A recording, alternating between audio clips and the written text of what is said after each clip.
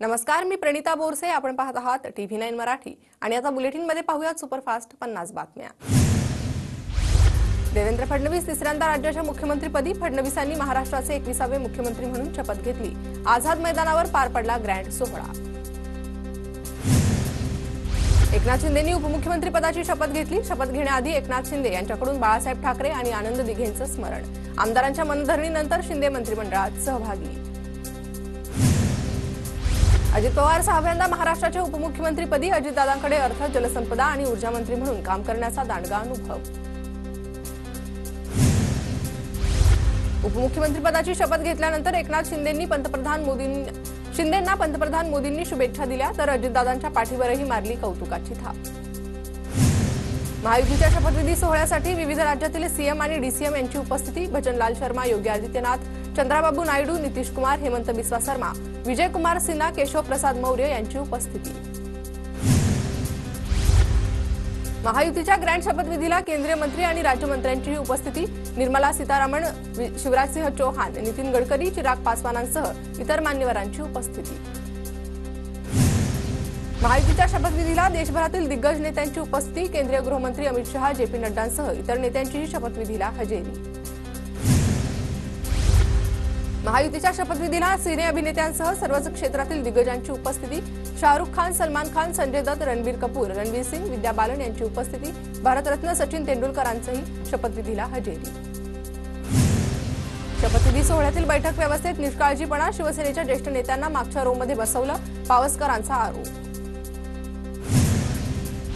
भव्य शपथविधी सोहळ्यानंतर पहिली राज्य मंत्रिमंडळाची बैठक संपन्न. वैद्यकीय मदतीच्या फाईलवर मुख्यमंत्री फडणवीसांची पहिली स्वाक्षरी. पुण्याच्या रुग्णाला 5 लाखांची मदत. पहिल्या कॅबिनेट बैठकीत पुण्यातील चंद्रकांत कुऱ्हाडे या रुग्णाला 5 लाखांची मदत. मुख्यमंत्री सहाय्यता निधीतून चंद्रकांत कुऱ्हाडेंना अर्थसहाय्य. विधान भवनात 7 डिसेंबरला विशेष अधिवेशन. आज कर्मचाऱ्यांना अधिवेशनाच्या तयारीसाठी उपस्थित राहण्याच्या सूचना. मंत्रिमंडळ विस्ताराची चर्चा पूर्ण. नागपूर अधिवेशनाआधी मंत्रिमंडळाचा विस्तार होणार. मंत्रिमंडळ विस्तारावर मुख्यमंत्री देवेंद्र फडणवीसांची प्रतिक्रिया. 7, 8 आणि 9 डिसेंबरला विधिमंडळाचं विशेष अधिवेशन. 9 तारखेला विधानसभा अध्यक्षांच्या निवडीसाठी राज्यपालांना पत्र देऊ. पत्रकार परिषदेत फडणवीसांची माहिती. राजकारणात सगळेच राहतात, तेही राहतील, मीही राहणार. उद्धव ठाकरेंच्या विधानावर फडणवीसांची प्रतिक्रिया. एकतर तुम्ही राहणार किंवा मी, असं उद्धव ठाकरेंनी केलं होतं विधान. सीएम असताना कॉमन मॅन म्हणून काम केलं, आता डीसीएम म्हणजे डेडिकेटेड कॉमन मॅन म्हणून काम करणार. उपमुख्यमंत्री एकनाथ शिंदेंची प्रतिक्रिया. शपथविधीनंतर शिंदेंकडून कुलाब्यातील बाळासाहेबांच्या स्मारकाला अभिवादन. उपमुख्यमंत्री शिंदेंनी आनंदाश्रमात आनंद दिघेंनाही अभिवादन केलं. शपथविधीनंतर मुख्यमंत्री उपमुख्यमंत्र्यांकडून मंत्रालयातील महापुरुषांच्या प्रतिमेला अभिवादन. नव्या सरकारच्या कामकाजाला सुरुवात करण्यापूर्वी तिन्ही नेते महापुरुषांसमोर नतमस्तक. शपथविधी संपताच मंत्रालयाच्या दालनातील नावांच्या पाट्या बदलल्या. फडणवीसांच्या पाठीवर मुख्यमंत्री, तर शिंदे आणि अजितदादांच्या पाठीवर उपमुख्यमंत्री असा उल्लेख.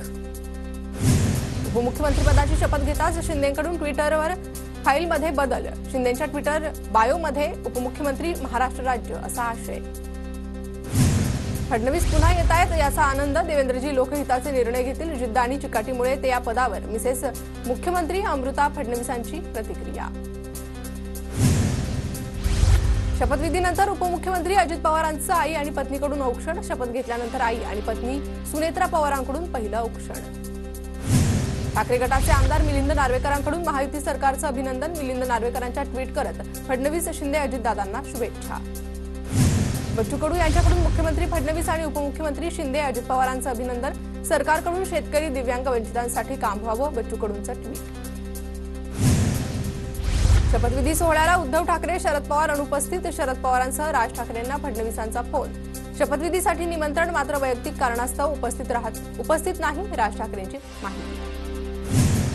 विरोधी पक्षनेत्याबद्दल अध्यक्ष देतील तो निर्णय मान्य असेल. अध्यक्षांनी विरोधी पक्षनेते पद द्यायचं ठरवलं तर विरोध नसेल. फडणवीसांची प्रतिक्रिया.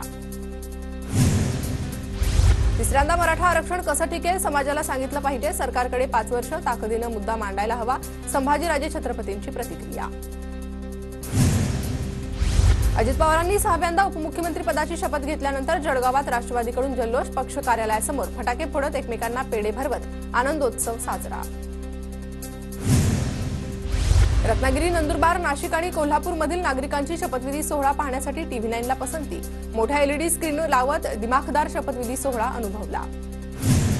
शिंदेदादा, आमचा डिसेंबरचा हप्ता कधी येणार? 1500 की 2100 रुपये देणार? लाडक्या बहिणींचा एकनाथ शिंदेंना सवाल.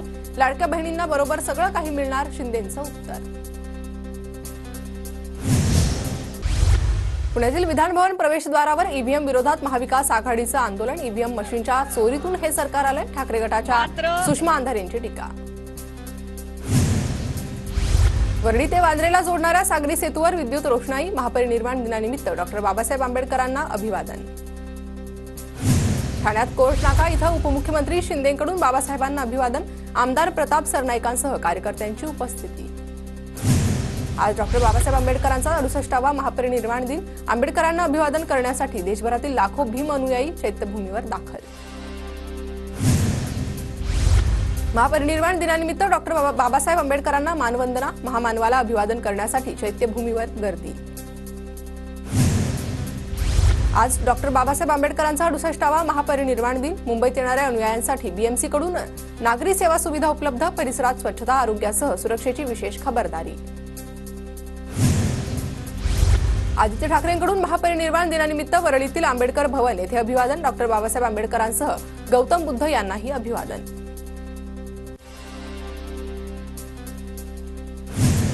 एमपीएससीने 1 डिसेंबरला घेतलेल्या नागरी सेवा पूर्व परीक्षेची उत्तर तालिका जाहीर. उमेदवारांना 10 डिसेंबरपर्यंत ऑनलाईन हरकती नोंदवता येणार. एमपीएससीची भूवैज्ञानिक पदांची परीक्षा गेल्या 2 वर्षांपासून रखडली. वयाची अट पाहता भरतीची संधी हुकण्याची उमेदवारांना चिंता. राज्यात लेप्टोस्पायरोसिसच्या रुग्णांमध्ये वाढ. पावसाळ्यामध्ये साचलेल्या पाण्यातून लेप्टोस्पायरोसिस आजाराचा फैलाव. मात्र आरोग्य विभागाच्या उपक्रमांमुळे मृत्यूचं प्रमाण कमी करण्यात यश. जेजे रुग्णालयातील परिचर्या महाविद्यालयाच्या प्रमुखपदी डॉक्टरांच्या नियुक्तीला विद्यार्थ्यांचा विरोध. परिचर्या शिक्षण संस्थेतील 200हून अधिक विद्यार्थ्यांचं बुधवारपासून आंदोलन सुरू. पश्चिम रेल्वेकडून सखोल तिकीट तपासणी मोहीम. गेल्या 8 महिन्यात विना तिकीट प्रवाशांकडून 93 कोटींची दंड वसुली. 2015 मधील रक्तचंदनाच्या तस्करीचं प्रकरण. ईडीकडून 12 कोटी 44 लाख रुपयांच्या मालमत्तेवर कारवाई. आरोपी बादशाह, माजिद मलिक, चंद्रकांत बन्साली आणि धर्मेश रावशी संबंधित कारवाई. कापसाला हमी भावापेक्षा अत्यंत कमी भाव मिळत असल्यानं शेतकऱ्यांची आर्थिक कोंडी. उत्पादनात घट आणि बाजारभाव पडल्यानं कापूस उत्पादक मेटाकुटीला. पुणे पालिकेनं बँक पथकाच्या माध्यमातून 4 दिवसात 11 कोटी 19 लाख रुपयांची कर वसुली केली आहे. पालिकेला आतापर्यंत 1800 कोटींचा कर जमा. ऑक्टोबरमध्ये जागतिक पातळीवर मध्यवर्ती बँकांकडून 60 टन सोने खरेदी. त्यापैकी रिझर्व्ह बँकेकडून 27 टन सोने खरेदी. जागतिक सुवर्ण परिषदेची माहिती. एअर इंडियातर्फे 21 डिसेंबरपासून पुणे ते बँकॉक थेट विमानसेवा सुरू होणार. थायलंडला फिरायला जाणाऱ्या पर्यटकांना मोठा फायदा होणार. मंगळवार, गुरुवार आणि शनिवार विमानसेवा उपलब्ध असणार. कोल्हापूर, सातारा, सांगलीला पावसाचा येलो अलर्ट. 3 दिवसांपासून राज्याच्या बहुतांश भागात ढगाळ वातावरण. फोडणीतून लसूण गायब. किरकोळ बाजारात लसूण 500 ते 600 रुपये किलोवर. अतिवृष्टीमुळे झालेल्या नुकसानामुळे लसणाची आवक घटली. पुणे विद्यापीठाच्या वसतिगृहात गांजा सापडल्याचा प्रकार उघडकीस. 2 विद्यार्थ्यांवर गुन्हा दाखल. विद्यापीठाच्या वसतिगृह आणि सुरक्षा व्यवस्थेवर प्रश्नचिन्ह.